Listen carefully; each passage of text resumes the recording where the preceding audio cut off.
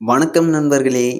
இன்று காலையில எந்திரிச்சு மசில்ஸ் கொண்டு வர என்னென்னவெல்லாம், எப்படியெல்லாம் ஃபுட் எடுத்துக்கலான்னு பார்த்துட்டு, அப்படியே யூடியூப் பக்கம் வந்தா, அக்கா இருந்துட்டு 500 சப்ஸ்கிரைபர் வந்தாலே நாம நம்மளோட ப்ராடக்ட்ஸை ஆட் பண்ணி சேல்ஸ் பண்ணிக்கலான்னு சொன்னாங்க.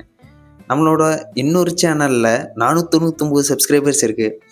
அதில நம்ம ஷார்ட்ஸ் போட்டு சப்ஸ்கிரைபர்ஸ் இன்க்ரீஸ் பண்ணி சேல்ஸ் ஸ்டார்ட் பண்ணிற வேண்டியதுதான். அப்புறம் நம்ம கிஸ்தனிக்ஸ் ப்ரோவும், எஃப்எஃப்ரா ப்ரோவும் பாட்காஸ்ட் பண்ணியிருந்தாங்க. அத பஜ்ஜி சாப்பிட்டே பார்த்துட்டு என் பேரை கரெக்டாக சொல்லுங்க பாப்பா நீ.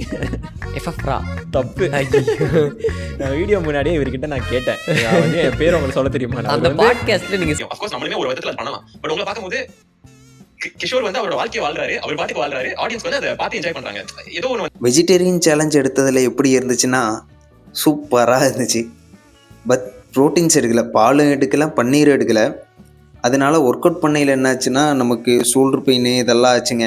ஏன்னா ப்ரோட்டீன்ஸ் கொடுக்காதனால பெயின் ஏற்பட்டிருக்கு.